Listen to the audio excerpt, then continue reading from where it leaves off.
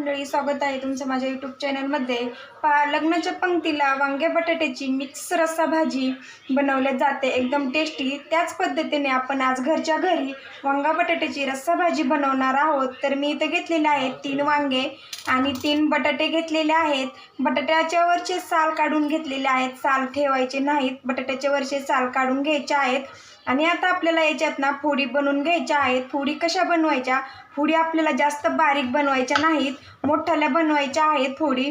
पहा, अशा पद्धतीने मी 3 भाग केलेले आहेत। अशा पद्धतीने मोठ्याल्या फोडी बनवायच्या आहेत, छोट्या छोट्या नाही।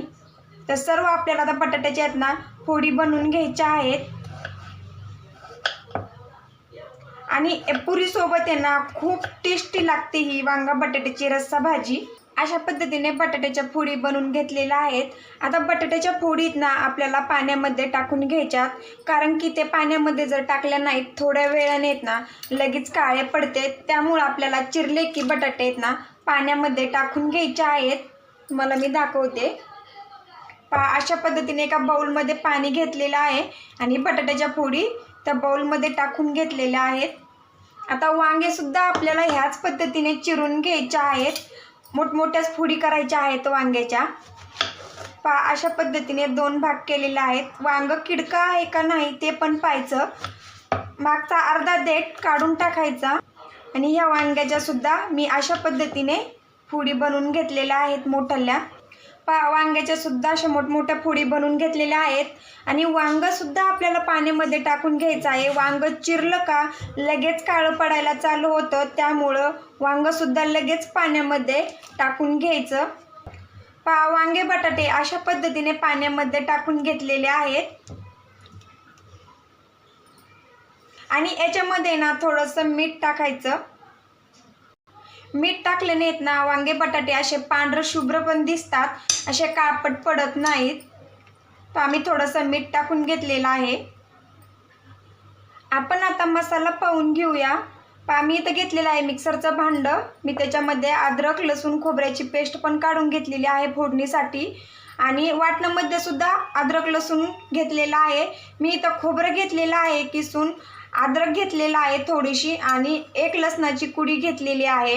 हे तेलामध्ये ना थोडंसं खोबरं लसूण अद्रक भाजून घेतलेली आहे। आपल्याला भाजून घ्यायचं आहे, कच्चं घ्यायचं नाही।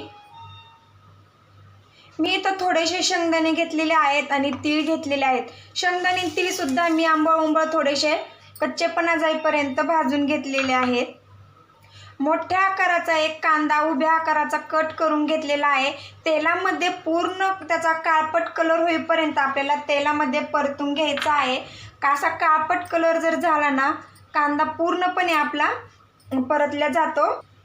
आता याच्यामध्ये थोडीशी कोथिंबीर घालून घेऊया आणि याची बारीक पेस्ट बनवून घ्यायची आहे आपल्याला मिक्सरमध्ये। अशा पद्धतीने बारीक पेस्ट बनवून घेतलेली आहे। इथं कढई गरम करायला ठेवलेली आहे, त्यामध्ये मोठा 1 चमचा तेल घालून घे। तेलाचं प्रमाण थोडंसं जास्त ठेवायचं। आपल्या ह्या भाजीला तरी आली ना ही भाजी छान पण लागते खायला आणि दिसते सुद्धा खूप छान। तरी आल्याच्या नंतर आपण तेल इथं आता गरम कडकडीत होऊन देऊया। तेल गरम झालं की थोडीशी मोहरी टाकून घेऊया। मोहरी छान तडतडली की थोडेसे जिरे टाकू। आणि मी इथं घेतलेला आहे ताजा असा थोडासा कढीपत्ता। बेडगी मिरची पावडर घेतलेला आहे 1 चमचा, तेलामध्ये टाकून घ्यायचं। तेलामध्ये बेडगी मिरची पावडर टाकली ना खूप तरी येते भाजीला। आणि आता जे आपण मसाला बनवून घेतलेला होता तो अशा पद्धतीने तेलामध्ये टाकून घ्यायचा। आता छान व्यवस्थित मिक्स करून घेऊया। आता आपल्याला याला तेल सुटेपर्यंत आहे ना परतून घ्यायचं आहे। इथं घेतलेले आहेत सुके मसाले। घरगुती मसाला घेतलेला आहे अर्धा चमचा, लाल तिखट घेतलेला आहे अर्धा चमचा, धना पावडर 1 चमचा घेतलेली आहे, कांदा लसूण मसाला अर्धा चमचा घेतलेली आहे, हळद घेतलेली आहे थोडी, आणि गरम मसाला घेतलेला आहे। आता हे मसाले आपल्याला याच्यामध्ये टाकून घ्यायचे आहेत। मसाले आपल्या आवडीनुसार कमी जास्त, आपल्याला कमी जास्त तिखट लागतं त्याप्रमाणे घातले तरी चालतील। मिक्स करून घेऊया। याच्यामध्ये थोडंसं पाणी टाकूया, अर्धा कप. झाकण ठेवून 1-2 मिनटं आपण वाफवून घेऊया. आपण झाकण ठेवून 2 मिनटं वाफवून घेतलेलं आहे. पहा, छान तेलसुद्धा आलेली आहे आपल्या ग्रेव्हीला आणि तेलसुद्धा सुटलेलं आहे छान. आता आपण वांग बटाटा टाकून घेऊया आणि आता या ग्रेव्हीमध्ये मिक्स करून घेऊया. चवीपुरतं मीठ घालून घेऊया.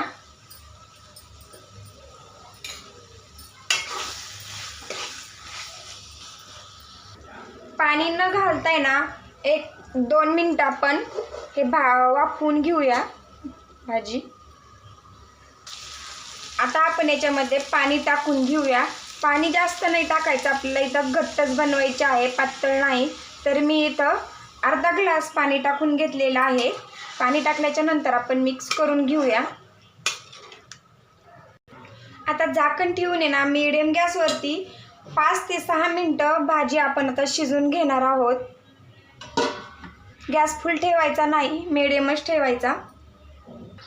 मस्त अशी आपली इथं भाजी शिजलेली आहे. आपण पाहू शकता भाजीला तरीसुद्धा खूप छान आलेली आहे आणि मस्त अशी घटमुट भाजी तयार झालेली आहे. वांग बटाटा वाटली माझ्या भाजीची रेसिपी नक्की मला कमेंटमध्ये सांगा. पुन्हा भेटूया असेच नवीन रेसिपी सोबत. तोपर्यंत धन्यवाद.